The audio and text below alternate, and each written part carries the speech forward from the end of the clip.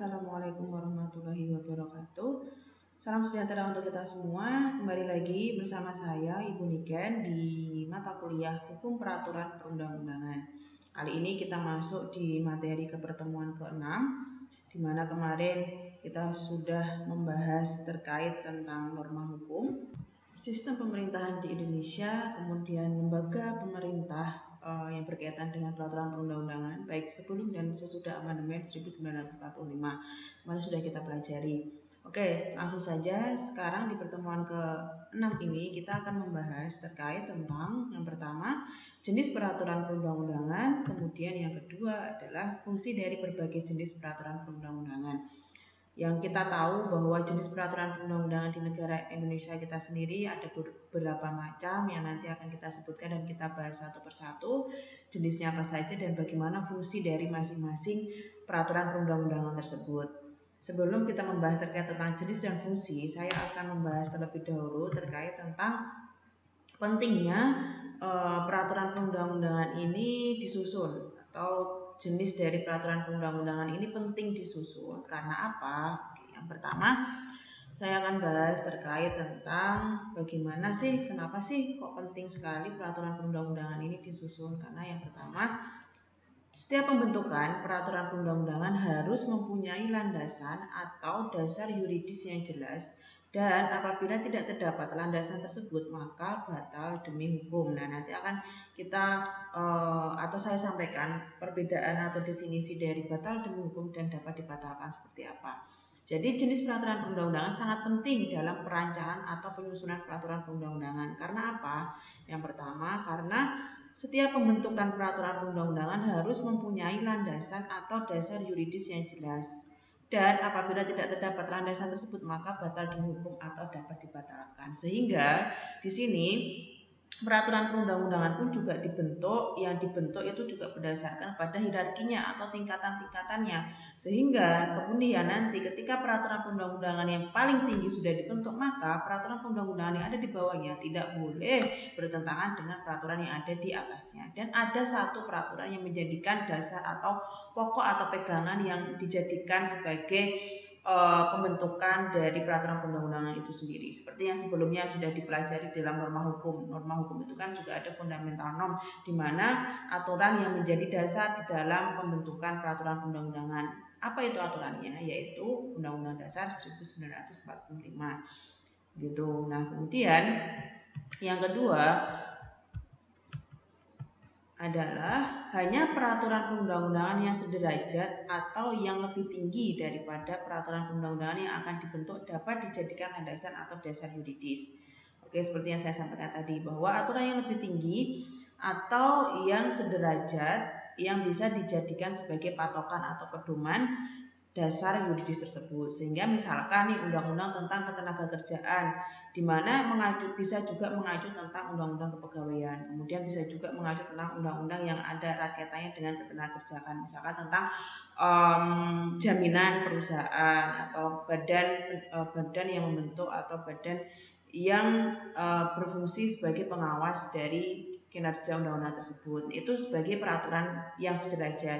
Kalau peraturan yang tertinggi, ya jelas undang-undang tersebut harus mengacu pada undang-undang dasar sekaligus Pancasila, seperti itu. Karena dasar negara kita adalah yang menjadi pokok atau pedoman paling tinggi itu adalah 5 sila yang ada di dalam Pancasila. Setelah itu Undang-Undang Dasar 1945. Kemudian yang ketiga, pembentukan peraturan perundang-undangan berlaku prinsip bahwa peraturan perundang-undangan yang sederajat atau yang lebih tinggi dapat menghapuskan peraturan perundang-undangan sederajat atau yang lebih rendah. Jadi ketika sudah ada peraturan yang mengatur yang lebih tinggi terkait tentang undang-undang atau peraturan yang ada di bawahnya, itu bisa menghapuskan peraturan yang sederajat atau yang lebih rendah. Seperti kita mengenal asas lex specialis derogat ex generalis. Ini teman-teman mempelajari di dalam ilmu negara waktu semester 1 atau dalam hukum tata negara. Jadi ada suatu prinsip atau asas di mana asas yang lebih tinggi menghapuskan asas yang lebih rendah, atau asas yang lebih khusus, peraturan yang lebih khusus akan menghapuskan peraturan yang lebih umum. Asas lex specialis derogat, asas lex generalis. Jadi berlaku prinsip-prinsip tersebut. Begitu terkait tentang jenis peraturan perundang-undangan yang kenapa sangat penting untuk dirancang, kenapa sangat penting untuk disusun. Karena Intinya, peraturan perundang-undangan harus mempunyai landasan atau dasar yuridis yang jelas, sehingga perlu ada tahapan-tahapan atau hierarkinya. Penyusunan peraturan perundang-undangan itu pun juga harus disusun berdasarkan pada tingkatan-tingkatan yang mana di situ tidak boleh untuk nanti kemudian aturan yang satu dengan aturan yang lain saling bertentangan atau saling tumpang tindih. Seperti peraturan peraturan atau undang-undang dibuat berdasarkan pada undang-undang dasar. Kemudian peraturan yang ada di bawahnya, misalkan peraturan pemerintah, peraturan perpu seperti itu juga tidak boleh bertentangan dengan aturan yang ada di atasnya seperti itu. Kemudian terkait tentang hal ini dalam perkembangannya, dalam perkembangan khususnya terkait tentang ilmu ilmu ketatanegaraan di Indonesia, kita mengenal berbagai jenis peraturan perundang-undangan yang nanti akan saya sebutkan satu persatu setelah bahasan terkait tentang ini. Jadi mungkin terkait tentang hal ini secara eksplisit dalam Undang-Undang Dasar 1945 hanya menyebutkan jenis peraturan perundang-undangan itu yang dikenal dalam Undang-Undang Dasar. Mungkin teman-teman nanti bisa baca, itu hanya undang-undang, kemudian Perpu, peraturan pengganti undang-undang, kemudian PP, peraturan pemerintah. Jadi 3 peraturan tersebut yang dikenal atau secara eksplisit terdapat di dalam Undang-Undang Dasar 1945. Namun dalam perkembangannya seperti itu, peraturan lainnya tumbuh dan berkembang. Jadi ada beberapa peraturan dasar turunan dari ketiga hal yang saya sebutkan tadi seperti UU, Perpu, dan PP. Perkembangan praktek di lapangan di dalam ilmuwan ketatanegaraan ada berbagai macam jenis peraturan perundang-undangan seperti itu ya. Oke, akan saya lanjutkan saja terkait tentang tadi bahasan yang pertama. Apabila terdapat landasan yang ternyata bertentangan atau peraturan yang di bawahnya itu bertentangan dengan aturan yang di bawah, kita mengenal landasan tersebut maka akan batal demi hukum atau dapat dibatalkan. Kita akan mengulas terkait tentang hal itu tersendiri. Oke, yang keempat nanti ini kurang lebihnya apa yang saya sampaikan tadi sama. Bagaimana perundang-undangan itu dibentuk agar menciptakan tertib hukum dan tidak bertentangan dengan undang-undang antara satu dengan yang lainnya seperti itu ya. Kemudian lanjut, ini definisi atau apa sih arti dapat dibatalkan atau arti batal demi hukum. Jadi ada dua hal bagaimana cara mendefinisikan arti tersebut menurut Undang-Undang Dasar dan menurut Undang-Undang Nomor 30 Tahun 2014 tentang peraturan Undang-Undang tentang administrasi pemerintahan, begitu ya. Jadi di sini di dalam hukum administrasi, suatu keputusan tidak sah akan berakibat batal keputusan tersebut. Nah, tidak sahnya seperti apa? Nanti saya sampaikan. Kemudian dibedakan 3 jenis pembatalan suatu ketetapan tidak sah, yang mana batal karena hukum, batal, dan dapat dibatalkan. Dari segi hukum administrasi, ada 3 jenis pembatalan yang ketetapannya itu tidak sah. Yang pertama, batal karena hukum, yang kedua batal, dan yang ketiga adalah dapat dibatalkan. Oke, langsung saja slide selanjutnya saya sampaikan bahwa konsep batal demi hukum terlebih dahulu. Yang pertama yang dikenal di dalam hukum administrasi negara bahwa batal demi hukum di sini, keputusan yang batal demi hukum adalah suatu ketetapan yang isinya menetapkan adanya akibat suatu perbuatan itu. Untuk sebagian atau seluruhnya bagi hukum dianggap tidak ada, tanpa diperlukan keputusan pengadilan atau badan atau pejabat tata usaha negara yang berwenang menyatakan batalnya ketetapan tersebut. Jadi, ketetapan batal sejak dikeluarkan bagi hukum dianggap tidak ada tanpa diperlukan suatu keputusan hakim atau suatu keputusan badan pemerintah lain yang berkompeten untuk menyatakan batalnya sebagian atau seluruh. Jadi, bisa dikatakan bahwa di sini peraturan perundang-undangan itu batal sejak dikeluarkan. Nah, bagi hukum, jadi peraturan perundang-undangan tersebut dapat istilah dapat dibatalkan. Peraturan tersebut bisa dianggap tidak bisa atau maksudnya itu adalah dapat dibatalkan ketika sejak dikeluarkannya peraturan atau undang-undang tersebut, peraturan undang-undang tersebut. Nah, Jadi bagi hukum di sini dianggap tidak ada, memang dari awal itu tidak ada begitu, tanpa adanya suatu putusan baik dari pengadilan ataupun badan atau pejabat tata usaha negara. Sehingga di sini konsekuensinya sejak awal di mana dikeluarkan dari peraturan tersebut sudah dianggap tidak ada, tanpa harus kita menunggu putusan dari pengadilan ataupun putusan dari tata usaha negara itu sendiri. Itu artinya atau definisi nanti pembedaannya batal demi hukum. Kemudian untuk yang kedua, bagaimana kalau misalkan peraturan tersebut itu artinya batal? Artinya di sini pada ketetapan batal merupakan suatu tindakan atau perbuatan hukum yang dilakukan yang berakibat suatu perbuatan dianggap tidak ada. Ya, batal ini adalah konsekuensi dari adanya batal demi hukum tadi. Yang harus penting kita bedakan di sini adalah batal demi hukum dan dapat dibatalkan. Oke, yang batal demi hukum tadi batal di awal ketika sudah dikeluarkannya tanpa adanya keputusan atau ketetapan dari pengadilan ataupun badan atau lembaga yang berwenang dengan terkait tentang itu. Kalau dapat dibatalkan, artinya di sini berarti keputusan yang dapat dibatalkan yaitu suatu keputusan dapat dinyatakan batal setelah adanya pembatalan oleh hakim dan instansi yang berwenang membatalkan dan pembatalan tidak berlaku surut. Jadi bagi hukum, perbuatan dan akibat-akibat hukum yang ditimbulkan dianggap sah sampai dikeluarkan keputusan pembatalan, kecuali undang-undang menentukan lain. Nah, begitu. Jadi pembedaannya di sini dapat dibatalkan itu ketika sudah ada putusan dari pengadilan atau badan yang berwenang untuk mengeluarkan pembatalan tersebut. Tapi kalau batal demi hukum secara otomatis dari awal aturan tersebut tidak bisa terbit dan tidak bisa disahkan karena cacat prosedural, karena dianggap tidak sesuai dengan persyaratan pembentukan peraturan perundang-undangan sehingga batal demi hukum. Seperti itu ya. Nah, sekarang ini bagaimana persoalannya yang pada akhirnya peraturan ini atau peraturan perundang-undangan itu akan menjadi adanya suatu persoalan ketika siapa yang pada akhirnya nanti itu bisa menentukan peraturan perundang-undangan tersebut batal demi hukum. Nah, oleh karena itu makanya dikeluarkan Undang-Undang Nomor 30 Tahun 2014 tentang administrasi pemerintahan, di mana dikenal keputusan batal demi hukum di dalam undang-undang tersebut. Nanti bisa cek juga teman-teman, saya minta untuk bantu untuk ngecek di Undang-Undang Nomor 30 Tahun 2014. Bahwasanya di dalam Undang-Undang Nomor 30 Tahun 2014 di sini mengenal dua jenis pembatalan.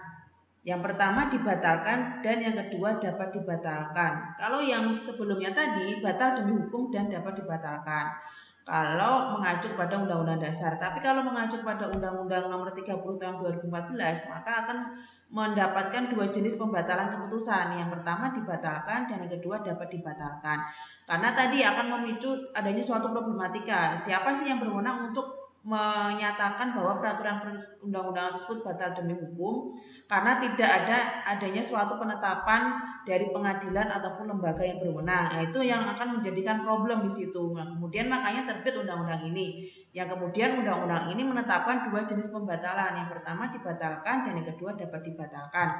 Rinciannya di sini yang dibatalkan itu keputusan pembatalan dilakukan oleh pejabat pemerintah yang menetapkan keputusan, atasan pejabat yang menetapkan keputusan, atau C. atas putusan pengadilan.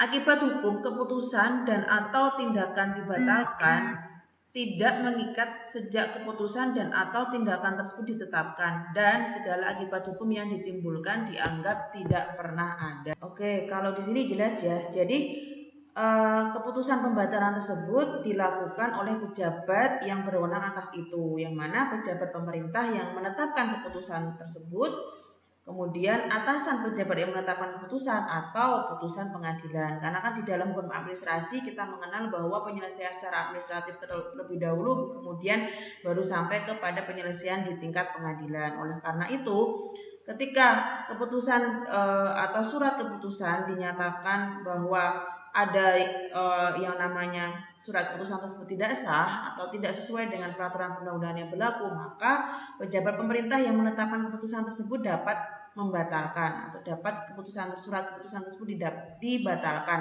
Konsekuensinya adalah di sini ketika dibatalkan maka tidak mengikat sejak keputusan dan atau tindakan tersebut ditetapkan, sehingga harus jelas terlebih dahulu SK tersebut dibatalkan terlebih dahulu baru benar-benar SK tersebut tidak bisa untuk dipergunakan. Ketika sedang dalam proses misalkan ketika masih ngambang nih SK tersebut belum benar-benar dibatalkan, maka SK tersebut ya masih berlaku karena belum ada yang penetapan yang menyatakan bahwa SK tersebut dibatalkan. Dan di sini juga segala akibat hukum ditimbulkan yang ditimbulkan SK tersebut tidak ada atau dianggap tidak pernah ada ketika SK tersebut memang sudah dibatalkan. Hanya saja ketika masih dalam proses SK tersebut masih berlaku seperti itu. Nah, berbeda dengan yang dapat dibatalkan. Kalau dapat dibatalkan ini untuk pembatalannya sama pejabat pemerintah yang menetapkan keputusan sama atasan pejabat atau putusan pengadilan. Hanya saja konsekuensinya di sini tindakan tersebut dapat dibatalkan, artinya kemudian benar-benar tidak mengikat sejak saat dibatalkan atau tetap sah sampai adanya pembatalan. Jadi juga ketika surat keputusan tersebut misalkan terindikasi ada salah prosedural, tidak sah, makanya konsekuensinya itu tidak sah atau tidak berlaku sampai adanya pembatalan. Jadi ketika memang sudah terindikasi maka SK tersebut juga sudah dianggap tidak sah tersebut. Mohon maaf, berbeda dengan yang dapat dibatalkan di sini. Tidak mengikat sejak saat dibatalkan, tidak mengikat sejak saat dibatalkan. Oke, dan berakhir setelah adanya pembatalan. Saya ulangi lagi bahwa artinya di sini yang pertama itu terkait tentang dapat dibatalkan, bahwa peraturan perundang-undangan di sini dapat dibatalkan itu apabila peraturan perundang-undangan dinyatakan batal setelah adanya keputusan. Jelas ya bahwa keputusan setelah adanya keputusan yang mana keputusan tersebut diputuskan oleh pengadilan ataupun atasan pejabat ataupun pejabat pemerintah yang seperti saya sampaikan tadi, bisa pembatalan oleh hakim atau instansi yang berwenang dalam hal membatalkan, dan pembatalannya tidak berlaku surut. Artinya bagi hukum, perbuatan dan akibat-akibat hukum yang ditimbulkan oleh peraturan perundang-undangan dianggap sah sampai dikeluarkannya keputusan pembatalan.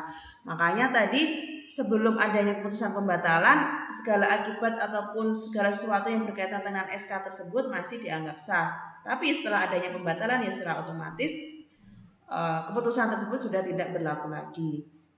Oke, akan saya lanjut. Kemudian di sini jenis-jenis peraturan perundang-undangan yang kita kenal ada beberapa. Nah, ini silahkan teman-teman nanti baca di pasal 7 ayat 1 Undang-Undang Nomor 12 Tahun 2011 bahwa ada Undang-Undang Dasar, kemudian ada ketetapan MPR, kemudian ada undang-undang atau peraturan pengganti undang-undang, peraturan pemerintah, peraturan presiden, peraturan daerah provinsi, dan peraturan daerah kabupaten. Jadi ada 7 peraturan perundang-undangan yang teman-teman ini semua perlu pahami dan perlu kita pelajari bersama. Bahwa mungkin ini juga sudah beberapa dipelajari di mata kuliah yang sebelumnya. Ini saya ulas review kembali terkait tentang jenis peraturan perundang-undangan di sini. Peraturan perundang-undangan yang pertama itu ada Undang-Undang Dasar. Kita mengenal atau kita sudah tahu bahwa Undang-Undang Dasar mempunyai kedudukan yang tertinggi dalam hierarki peraturan perundang-undangan. Jadi dalam hierarki peraturan perundang-undangan, menurut pasal 7 ayat 1 Undang-Undang Nomor 12 Tahun 2011, Undang-Undang Dasar merupakan undang-undang yang posisinya tertinggi.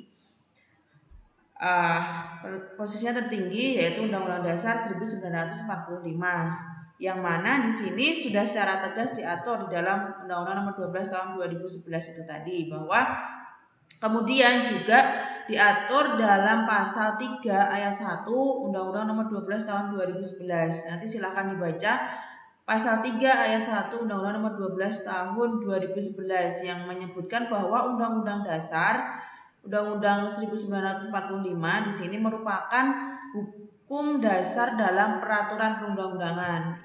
maksud dari hukum dasar itu sendiri adalah norma dasar, yang mana sebelumnya juga kita sudah pernah mempelajari norma fundamental norm, norma dasar, yang mana itu sebagai norma atau aturan yang dipedomani sebagai dasar untuk pembentukan peraturan perundang-undangan yang ada di bawahnya, begitu ya. Jadi di sini Undang-Undang Dasar sudah kita tahu, kita mengenal bahwa berbagai banyak pasal di situ yang menjadi fundamental norm dasar aturan dari negara kita.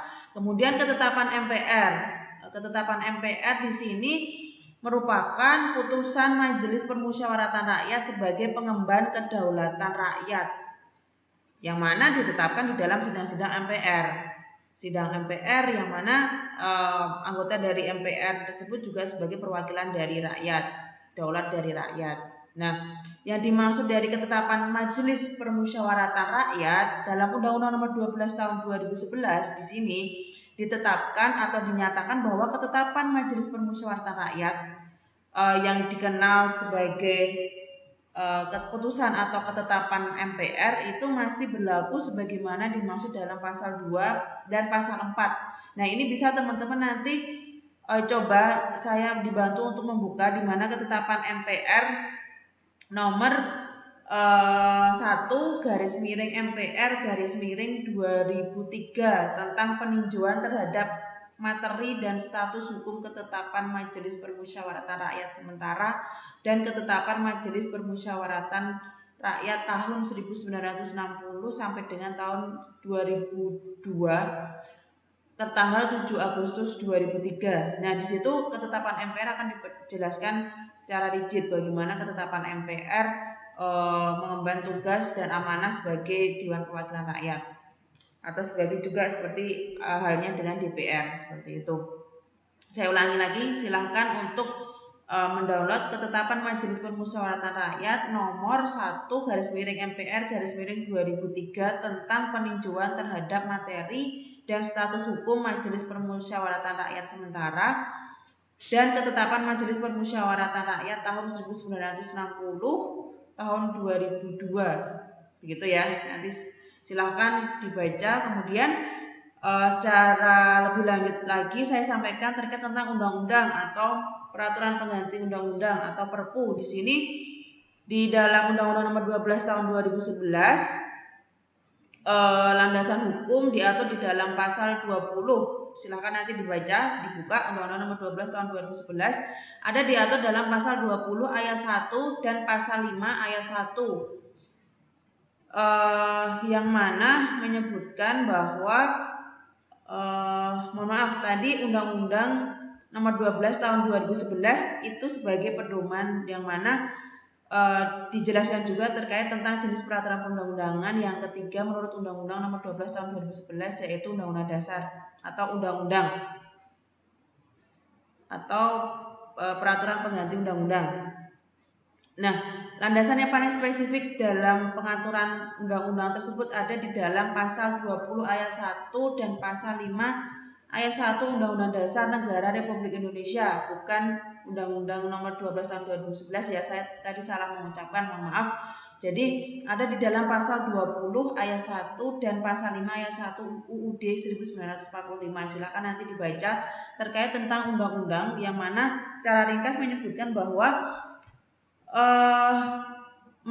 menegaskan terkait tentang yang memegang kekuasaan untuk membentuk undang-undang itu adalah DPR, Lembaga Legislasi, Dewan Perwakilan Rakyat. Nah, selanjutnya, ini baru di dalam Undang-Undang Nomor 12 Tahun 2011, teman-teman nanti bisa baca dalam pasal 1 angka 3 yang menyebutkan bahwa undang-undang adalah peraturan perundang-undangan yang dibentuk oleh Dewan Perwakilan Rakyat dan dengan persetujuan bersama Presiden. Sehingga dengan demikian bahwa pembentukan undang-undang, lembaga legislatif mempunyai peranan yang sangat menentukan keabsahan dan kekuatan mengikatnya undang-undang. Nah, mungkin ini yang sedang gencar-gencarnya atau sedang ramai-ramainya terkait tentang Undang-Undang Cipta Kerja, bagaimana undang-undang tersebut telah disahkan dan masih banyak sekali pro kontra yang ada, bagaimana di situ kemarin sudah ditetapkan oleh DPR bahwa Undang-Undang Cipta Kerja tersebut sudah disahkan dan sudah disetujui oleh Presiden. Nah, ini yang erat kaitannya bahwa undang-undang atau Perpu itu nanti suatu peraturan perundang-undangan yang mana dibentuk oleh Dewan Perwakilan Rakyat dan disetujui oleh Presiden. Adapun pasal-pasal juga terkait tentang hal tersebut bisa dipelajari juga oleh teman-teman. Nah, kemudian terkait tentang Perpu, peraturan pengganti undang-undang. Dalam pasal 4 ayat 1 Undang-Undang Nomor 12 Tahun 2011 di sini peraturan pemerintah pengganti undang-undang adalah peraturan perundang-undangan yang ditetapkan oleh Presiden dalam hal ihwal kepentingan yang memaksa. Ketika ada kepentingan yang genting, maka Presiden berhak atau wajib untuk mengeluarkan Perpu. Seperti Undang-Undang Cipta Kerja ini, seharusnya Presiden, makanya di dalam berita-berita juga Presiden memberikan memberikan peringatan kepada pemerintah untuk segera membentuk peraturan pelaksananya, yang mana peraturan pelaksana tersebut bisa dikatakan sebagai peraturan pemerintah pengganti undang-undang atau yang mana ditetapkan sebagai peraturan pemerintah. Jadi peraturan pelaksana agar undang-undang tersebut bisa berjalan dan bisa efektif untuk dijalankan seperti itu. Nanti akan terkait tentang peraturan pemerintah setelah pembahasan tentang undang-undang di sini.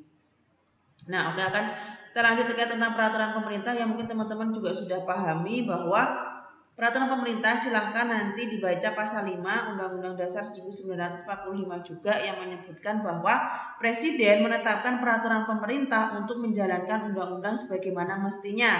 Sehingga yang saya sampaikan tadi bahwa Undang-Undang Cipta Kerja di situ agar bisa berlaku secara efektif, agar bisa berjalan secara efektif, makanya Presiden segera memerintahkan kepada pemerintah untuk menerbitkan peraturan pemerintah yang ada di dalam Undang-Undang Cipta Kerja tersebut, yang banyak sekali klaster yang terdapat dalam Undang-Undang Cipta Kerja. Oke, saya tidak perlu membahas terlalu banyak Undang-Undang Cipta Kerja, mungkin dari teman-teman semuanya, dosen-dosen yang lainnya pun mungkin juga sudah membahas terkait tentang hal tersebut. Secara mendasar saja, secara teori, di dalam bukunya Hamid S. Atamimi, nanti silahkan baca juga bahwa karakteristik dari peraturan pemerintah ada beberapa. Bisa mungkin teman-teman bantu catat. Karakteristik dari peraturan pemerintah menurut Hamid S. Atamimi itu yang pertama, PP tidak dapat lebih dulu dibentuk tanpa adanya undang-undang yang menjadi induknya. Karakteristik dari peraturan pemerintah yang pertama, PP tidak dapat lebih dulu dibentuk tanpa ada undang-undang yang menjadi induknya. Kemudian yang kedua, PP tidak dapat mencantumkan sanksi pidana apabila undang-undang yang bersangkutan tidak mencantumkan sanksi pidana. Kemudian yang ketiga, ketentuan PP tidak dapat menambah atau mengurangi ketentuan undang-undang yang bersangkutan. Saya ulangi lagi. Yang ketiga, ketentuan peraturan pemerintah tidak dapat menambah atau mengurangi ketentuan undang-undang yang bersangkutan. Jelas ya. Kemudian yang keempat, PP dapat dibentuk meski ketentuan undang-undang yang bersangkutan tidak memintanya secara tegas. Nah, yang kelima, yang terakhir, ketentuan di dalam peraturan pemerintah berisi peraturan atau gabungan peraturan dan penetapan. Jadi PP tidak berisi penetapan semata-mata. Jadi PP di sini berisi peraturan atau gabungan peraturan dan penetapan, gitu ya. Jadi ada 5 karakteristik dari peraturan pemerintah yang mana disebutkan oleh S. Hamid Atamimi. Kemudian saya lanjut terkait tentang peraturan presiden. Peraturan presiden silahkan nanti dibaca di dalam Undang-Undang Nomor 10 Tahun 2004, Undang-Undang sebelum diperbarui Undang-Undang Nomor 12 Tahun 2011 tentang peraturan perundang-undangan juga. Jadi lebih spesifik didetailkan terkait tentang peraturan presiden, yang mana peraturan presiden itu sebelumnya di dalam Undang-Undang Nomor 10 Tahun 2004 dijelaskan mengenai bentuk dari peraturan tersebut. Istilahnya masih ketetapan presiden ketika Undang-Undang Nomor 10 Tahun 2004. Kemudian seiring berjalannya waktu dengan Undang-Undang Nomor 12 Tahun 2011, maka berubah ketetapan menjadi peraturan, yaitu peraturan presiden. Peraturan presiden di sini jelas atur atau terdapat di dalam pasal 4 Undang-Undang Dasar 1945. Silakan nanti dibuka pasal 4 ayat 1 terutama di dalam Undang-Undang Dasar 1945 bahwa Presiden Republik Indonesia memegang kekuasaan pemerintahan menurut Undang-Undang Dasar. Kemudian di dalam Undang-Undang Nomor 12 Tahun 2011 itu terdapat di dalam pasal 1 angka 6. Itu dijelaskan terkait tentang peraturan presiden seperti apa. Kemudian di sini mungkin akan saya sampaikan terkait tentang segi kewenangan atau wewenang dari peraturan presiden dapat dibedakan menjadi dua. Peraturan presiden bisa dicatat, peraturan presiden sebagai pelaksana kewenangan dari presiden, baik presiden sebagai kepala negara maupun kepala pemerintahan.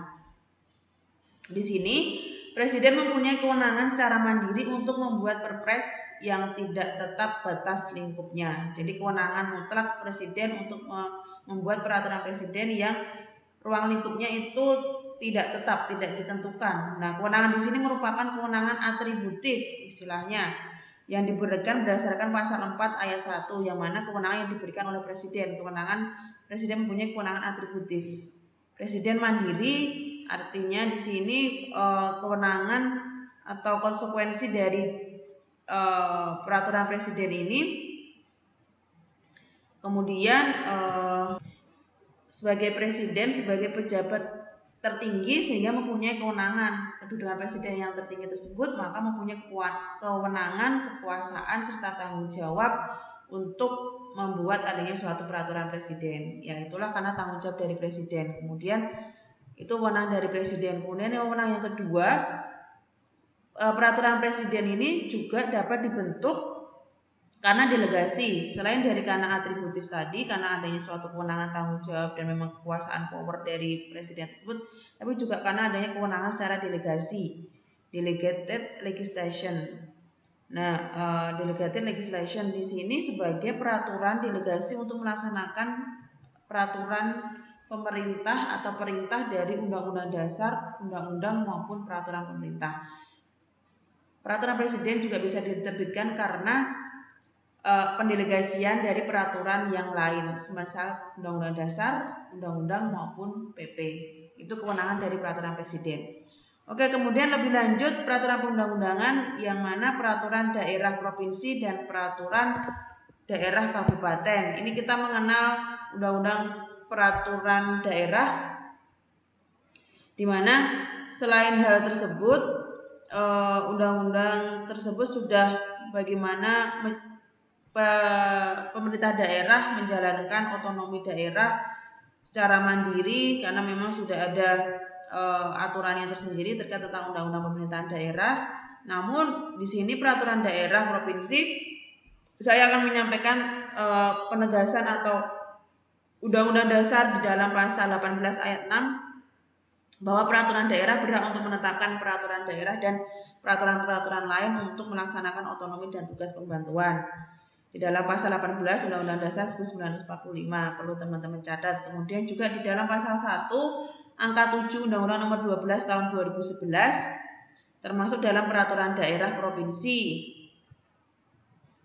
Itu disebutkan bagaimana peraturan daerah atau pemerintah daerah diberikan wewenang juga untuk membentuk suatu peraturan. Kemudian peraturan daerah kabupaten pun juga karena otonomi daerah maka diberikan kewenangan untuk membuat merancang adanya suatu peraturan-peraturan yang mana dibentuk oleh Dewan Perwakilan Rakyat Daerah, Kabupaten atau Kota dengan persetujuan bersama Bupati atau Wali Kota. Hal ini dalam pasal 1 angka 8 di mana di dalam Undang-Undang Nomor 12 Tahun 2011. Jadi pemerintah daerah kabupaten berwenang untuk membentuk peraturan di mana dibentuk oleh Dewan Perwakilan Rakyat Daerah Kabupaten atau Kota dengan persetujuan bersama Bupati atau Wali Kota. Oke, ada 7 tingkatan hierarki peraturan perundang-undangan yang teman-teman sudah pahami. Saya rasa tidak perlu saya sampaikan terlalu detail. Kemudian saya akan lanjut fungsi peraturan perundang-undangan.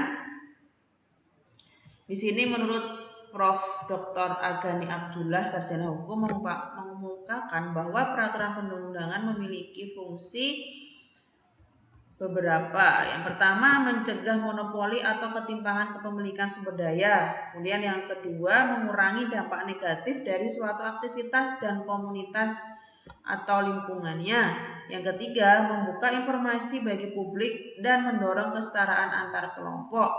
Mencegah kelangkaan sumber daya publik dari eksploitasi jangka pendek, menjamin pemerataan kesempatan dan sumber daya, serta keadilan sosial, perluasan akses dan distribusi sumber daya, dan yang terakhir memperlancar koordinasi dan perencanaan dalam sektor ekonomi. Sini mungkin sudah jelas terkait tentang fungsi peraturan perundang-undangan secara umum menurut Prof. Dr. Agani Abdullah SH. Kemudian ada juga pendapatnya dari Prof. Bagirmanan. Di sini fungsi peraturan perundang-undangan ada dibagi menjadi dua kelompok utama. Yang pertama, fungsi internal. Fungsi internal adalah fungsi peraturan perundang-undangan sebagai subsistem hukum perundang-undangan terhadap sistem kaidah hukum. Secara internal, peraturan perundang-undangan menjalankan fungsi penciptaan hukum, fungsi pembaruan hukum, fungsi integrasi pluralisme hukum, dan fungsi kepastian hukum. Nah, dari fungsi-fungsi tersebut, ini yang dibentuk atau dimaksud sebagai fungsi internal. Fungsi peraturan perundang-undangan sebagai subsistem hukum atau hukum peraturan perundang-undangan sebagai sistem kaidah hukum yang mana untuk menciptakan adanya suatu penciptaan hukum, pembaruan hukum, fungsi integrasi pluralisme hukum dan kepastian hukum tentunya. Begitu ya. Jadi penciptaan hukum di sini artinya melahirkan sistem kaidah hukum yang berlaku umum yang dilakukan atau terjadi melalui berbagai cara. Bisa jadi penciptaan hukum itu karena adanya suatu putusan hakim atau jurisprudensi. Nah, bisa juga karena suatu kebiasaan yang tumbuh sebagai praktek kehidupan masyarakat atau negara yang kemudian peraturan perundang-undangan tertulis sebagai keputusan tertulis yang dikeluarkan oleh pejabat yang berwenang tersebut secara langsung maupun tidak langsung. Bisa juga penciptaan hukum di sini dikaitkan juga misalkan secara tidak langsung hukum dapat pula terbentuk melalui ajaran-ajaran hukum seperti doktrin-doktrin yang dikemukakan oleh para ahli hukum yang digunakan juga dalam pembentukan hukum, artinya seperti itu. Nah, kemudian terkait tentang yang pembaruan hukum tadi, bahwa artinya di sini peraturan perundang-undangan merupakan instrumen dalam pembaruan hukum dibandingkan dengan penggunaan hukum kebiasaan atau hukum jurisprudensi. Jadi lebih kepada pembaruan hukum, makanya aturan perundang-undangan dibuat berdasarkan pada perkembangan atau dinamika hukum yang ada. Pembentukan peraturan perundang-undangan dapat direncanakan melalui program legislasi baik nasional maupun daerah, sehingga pembaruan hukum dapat pula direncanakan. Seperti itu. Kemudian makna atau definisi dari fungsi integrasi pluralisme hukum di sini mungkin dimaksudkan, jadi mengenai pluralisme hukum ini mungkin dimaksudkan bahwa mengenai hal tersebut sepenuhnya atau pluralisme, artinya pluralisme itu ada berbagai macam atau jenis. Misalkan pluralisme dari kaidah hukum sendiri dari sepenuhnya bergantung pada kebutuhan hukum masyarakat. Jadi kaidah hukum dapat berbeda atau dapat ada berbagai macam karena adanya suatu berbagai kelompok masyarakat. Jadi tergantung dari keadaan dan kebutuhan masyarakat yang bersangkutan. Jadi fungsi internal terkait dengan pluralisme hukum. Dan yang terakhir ada fungsi kepastian hukum. Sudah jelas bahwa merupakan asas penting di sini dalam tindakan hukum dan penegakan hukum. Asas kepastian hukum harus dijunjung tinggi karena adanya peraturan perundang-undangan dapat memberikan kepastian hukum yang lebih tinggi daripada hukum kebiasaan, hukum adat ataupun hukum jurisprudensi dan doktrin yang lainnya. Seperti itu. Inilah fungsi dari pembentukan peraturan perundang-undangan menurut Prof. Bagirmanan, yang mana fungsi internal. Kemudian yang kedua adalah fungsi eksternal. Fungsi eksternal di sini keterkaitan peraturan perundang-undangan dengan tempat berlakunya. Fungsi eksternal ini dapat disebut sebagai fungsi sosial hukum yang meliputi fungsi perubahan, fungsi stabilisasi, fungsi kemudahan. Dengan demikian, fungsi ini dapat juga berlaku pada hukum-hukum kebiasaan, hukum adat, hukum jurisprudensi. Bagi Indonesia, fungsi sosial ini akan lebih diperankan oleh peraturan perundang-undangan karena berbagai pertimbangan yang sudah disebutkan di awal tadi, seperti itu ya. Jadi, secara khusus fungsi peraturan perundang-undangan tersebut dapat dibedakan menjadi dua, yaitu fungsi internal dan fungsi eksternal yang dapat bisa menjamin fungsi peraturan perundang-undangan, yang mana kedua fungsi tersebut juga dapat menjamin berlakunya peraturan perundang-undangan yang ada di negara kita ini. Oke, mungkin terkait tentang pembahasan selanjutnya akan saya sampaikan di video materi yang kedua, karena mungkin waktunya nanti terlalu panjang. Biar lebih efektif akan saya sampaikan di paparan video pertemuan ke-6, tapi video materi yang kedua. Video yang pertama ini saya cukupkan, mungkin nanti kalau ada pertanyaan bisa disampaikan di forum e-learning atau bisa kita diskusikan di WhatsApp group atau bisa di media yang lainnya. Terima kasih, kurang lebihnya yang saya sampaikan terkait tentang jenis-jenis peraturan perundang-undangan dan fungsi dari peraturan perundang-undangan. Kurang lebihnya mohon maaf, akan saya lanjutkan di video yang kedua. Akhir kata, wassalamualaikum warahmatullahi wabarakatuh.